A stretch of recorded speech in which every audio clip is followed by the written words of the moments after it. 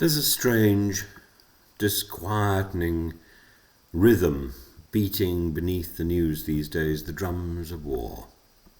Once muffled by talk of diplomacy and sanctions, they now echo more loudly across Europe, accompanied by an unnerving new refrain, the possibility of conscription. In Russia, Vladimir Putin is quietly tightening the screws. His regime has authorized a year-round conscription cycle, an attempt to disguise mobilization fatigue beneath bureaucratic routine.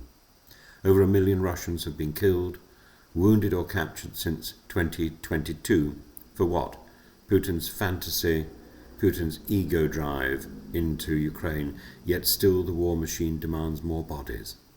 The Duma's new law allows the state to summon young men aged 18 to 30 at any time, and once that summons arrives digitally, they cannot legally leave the country. It's a cynical modernization of the Soviet draft system, efficient, faceless, and inescapable. And yet, remarkably, even inside Russia, the illusion is fracturing. Putin's most loyal propagandists are beginning to admit that the Kremlin, the one thing the Kremlin has long denied, that the war has stalled. Figures like Dmitry Rogozin and Tatiana Montyan, once ardent defenders of the invasion, now speak of a deadlock at the front. On Russian television, guests have dared to challenge the official line, warning that it is impossible to advance further into Ukraine. Some even use the word defeat. When such words are whispered in Moscow, it tells us that the regime's confidence is eroding, has eroded, is dropping away. Meanwhile, here in Britain, another conversation has begun, cautious, hypothetical, but increasingly audible. Could Britain ever return to conscription? Afghanistan veteran and Liberal Democrat MP Mike Martin told The Express bluntly, "If we go to war with Russia, we will be conscripting the population. There's no question about that."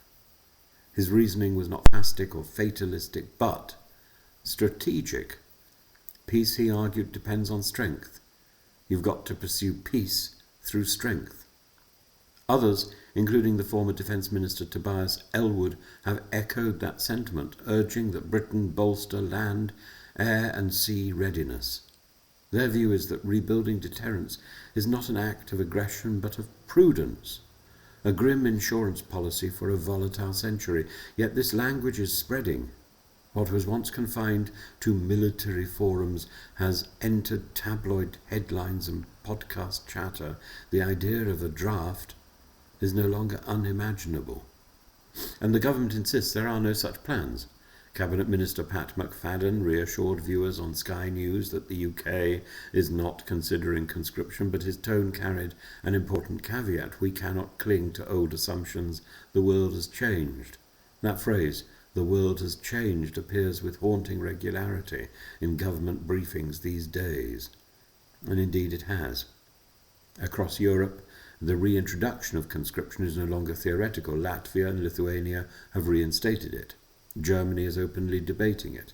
Even Sweden has quietly expanded its reserve obligations. The Latvian president went so far as to urge others to absolutely follow suit, warning that Europe remains quite weak militarily.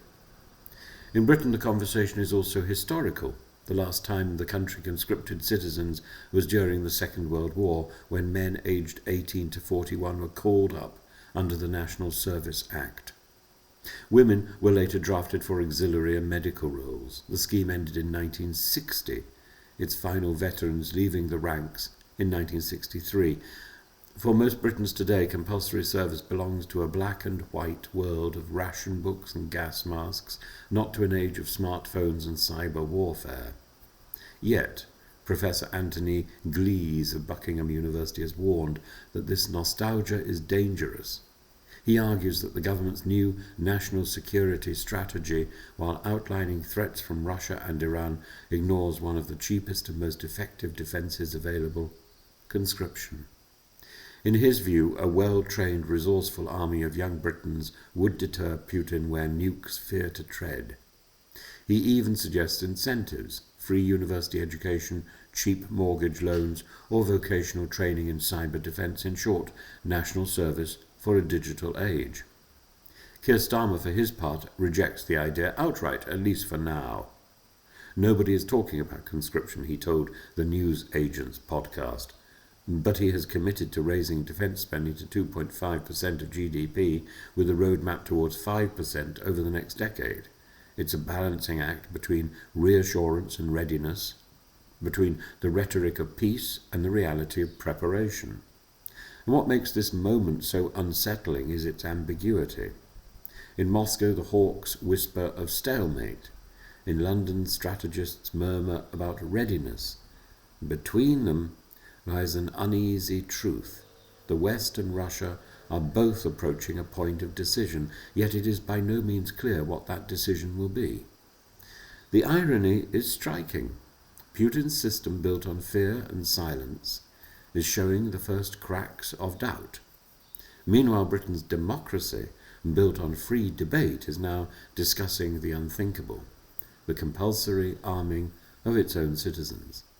Both societies are, in their own ways, being tested by war, Russia by its delusions, Britain by its complacency, and as the old saying goes, the price of peace is eternal vigilance. But vigilance today requires more than nostalgia for Churchill's resolve or blind faith in NATO.